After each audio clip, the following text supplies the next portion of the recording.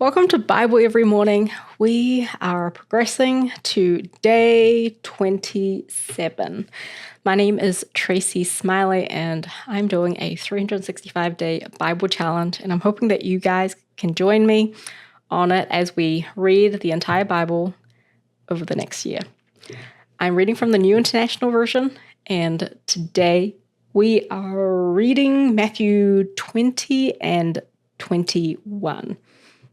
So let's go ahead and get started, and I will do my best not to be out of breath because I'm pretty pregnant right now. And I have really bad allergies because we are in Texas and the allergies in the fall is just crazy. So it's funny because I was actually in Sam's Club earlier today, just like picking up a few things, and I started getting like an allergy attack where I sneezed like almost 7 times.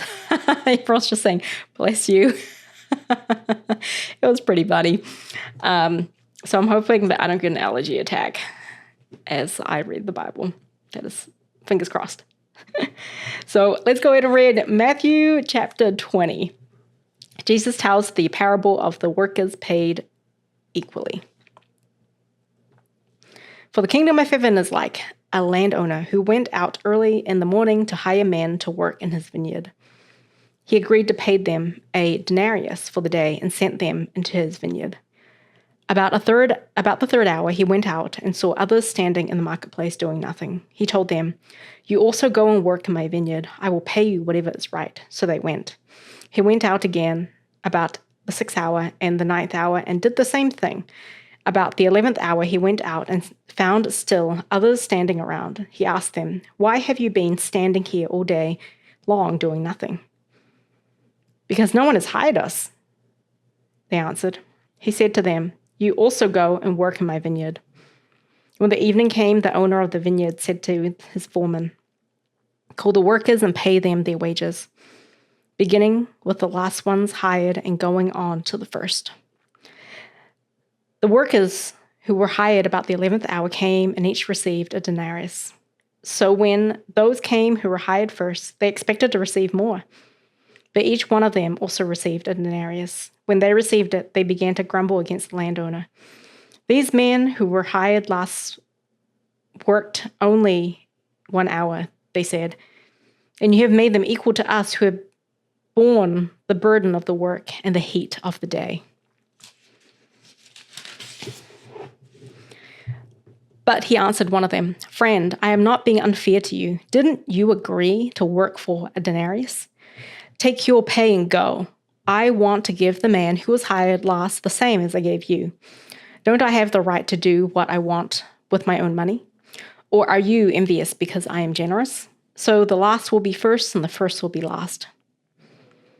Now as Jesus was going up to Jerusalem, he took the 12 disciples aside and said to them, "We are going up to Jerusalem, and the Son of Man will be betrayed to the chief priests and the teachers of the law. They will condemn him to death and will turn him over to the Gentiles to be mocked and flogged and crucified. On the third day, he will be raised to life." Then the mother of Zebedee's sons came to Jesus with her sons and, kneeling down, asked a favor of him. "What is it that you want?" he asked. She said, "Grant that one of these 2 sons of mine may sit at your right and the other at your left in your kingdom." "You do not know what you are asking," Jesus said to them. "Can you drink the cup I am going to drink?" "We can," they answered. Jesus said to them, "You will indeed drink from my cup, and to sit at my right or left is not for me to grant.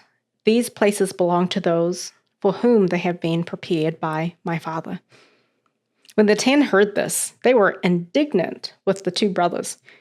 Jesus called them together and said, "You know that the rulers of the Gentiles lord it over them, and their high officials exercise authority over them. Not so with you. Instead, whoever wants to become great among you must be your servant, and whoever wants to be first must be your slave. Just as the Son of Man did not come to be served, but to serve, and to give his life as a ransom for many." As Jesus and his disciples were leaving Jericho, a large crowd followed him. 2 blind men were sitting by the roadside, and when they heard that Jesus was going by, they shouted, "Lord, Son of David, have mercy on us." The crowd rebuked them and told them to be quiet, but they shouted all the louder, "Lord, Son of David, have mercy on us." Jesus stopped and called them. "What do you want me to do for you?" he asked. "Lord," they answered, "we want our sight." Jesus had compassion on them and touched their eyes. Immediately they received their sight and followed him. Matthew chapter 21. Jesus rides into Jerusalem on a donkey. As they approached Jerusalem and came to Bethphage, I think that's how you pronounce it, on the Mount of Olives, Jesus sent 2 disciples, saying to them, "Go to the village ahead of you, and at once you will find a donkey tied there, with her colt by her. Untie them and bring them to me. If anyone says anything to you, tell him that the Lord needs them, and he will send them right away." This took place to fulfill what was spoken through the prophet. "Say to the daughter of Zion, see, your king comes to you, gentle and riding on a donkey, on a colt, the foal of a donkey." The disciples went and did as Jesus had instructed them. They brought the donkey and the colt, placed their cloaks on them, and Jesus sat on them. A very large crowd spread their cloaks on the road, while others cut branches from the trees and spread them on the road. The crowds that went ahead of him and those that followed shouted, "Hosanna to the Son of David! Blessed is he who comes in the name of the Lord! Hosanna in the highest!" When Jesus entered Jerusalem, the whole city was stirred and asked, "Who is this?" The crowds answered, "This is Jesus, the prophet from Nazareth in Galilee." Jesus entered the temple area and drove out all who were buying and selling there. He overturned the tables of the money changers and the benches of those selling doves. "It is written," he said to them, "my house will be called a house of prayer, but you are making it a den of robbers." The blind and the lame came to him at the temple, and he healed them. But when the chief priests and the teachers of the law saw the wonderful things he did and the children shouting in the temple area, "Hosanna to the Son of David," they were indignant. "Do you hear what these children are saying?" they asked him. "Yes," replied Jesus. "Have you never read, 'From the lips of children and infants you have ordained praise'?" And he left them and went out to the city of Bethany, where he spent the night. Early in the morning, as he was on his way back to the city, he was hungry. Seeing a fig tree by the road, he went up to it, but found nothing on it except leaves. Then he said to them, "May you never bear fruit again." Immediately the tree withered. When the disciples saw this, they were amazed. "How did the fig tree wither so quickly?" they asked. Jesus replied, "I tell you the truth, if you have faith and do not doubt, not only can you do what was done to the fig tree, but also you can say to this mountain, 'Go throw yourself into the sea,' and it will be done. If you believe, you will receive whatever you ask in prayer." Jesus entered the temple courts, and while he was teaching, the chief priests and the elders of the people came to him. "By what authority are you doing these things?" they asked him. "And who gave you this authority?" Jesus replied, "I will also ask you one question. If you answer me, I will tell you by what authority I am doing these things. John's baptism, where did it come from? Was it from heaven or from men?" They discussed it among themselves and said, "If we say from heaven," he will ask, "then why didn't you believe him? But if we say from men, we are afraid of the people, for they all hold that John was a prophet." So they answered Jesus, "We don't know." Then he said, "Neither will I tell you by what authority I am doing these things."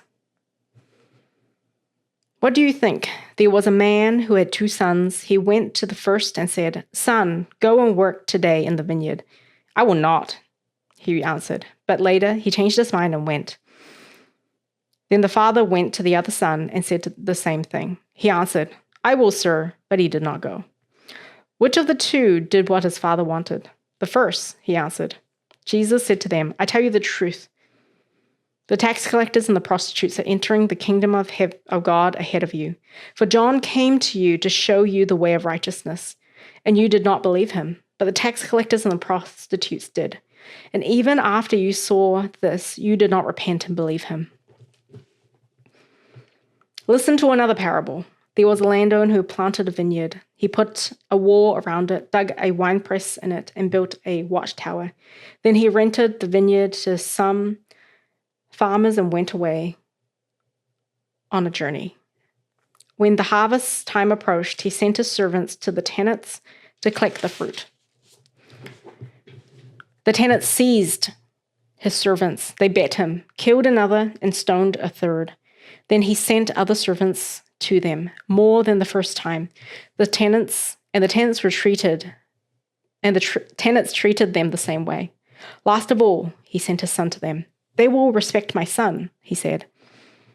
But when the tenants saw the son, they said to each other, 'This is the heir. Come, let's kill him and take his inheritance.' So they took him and threw him out of the vineyard and killed him. Therefore, when the owner of the vineyard comes, what will he do to those tenants? He will bring those wretches to a wretched end," they replied, "and he will rent the vineyard to other tenants who will give him his share of the crop at harvest time." Jesus said to them, "Have you never read the scriptures? The stone the builders rejected has become the capstone. The Lord has done this, and it is marvelous in our eyes. Therefore I tell you that the kingdom of God will be taken away from you and given to a people who will produce its fruit. He who falls on this stone will be broken to pieces, but he on whom it falls will be crushed." When the chief priests and the Pharisees heard Jesus' parable, they knew he was talking about them, and they looked for a way to arrest him. But they were afraid of the crowd because the people held that he was a prophet. So we have concluded day 27, Matthew chapter 20 to 21, and tomorrow we'll be doing day 28, which is Matthew 22 to 24. And I hope you can join me for that. And I will see you guys tomorrow.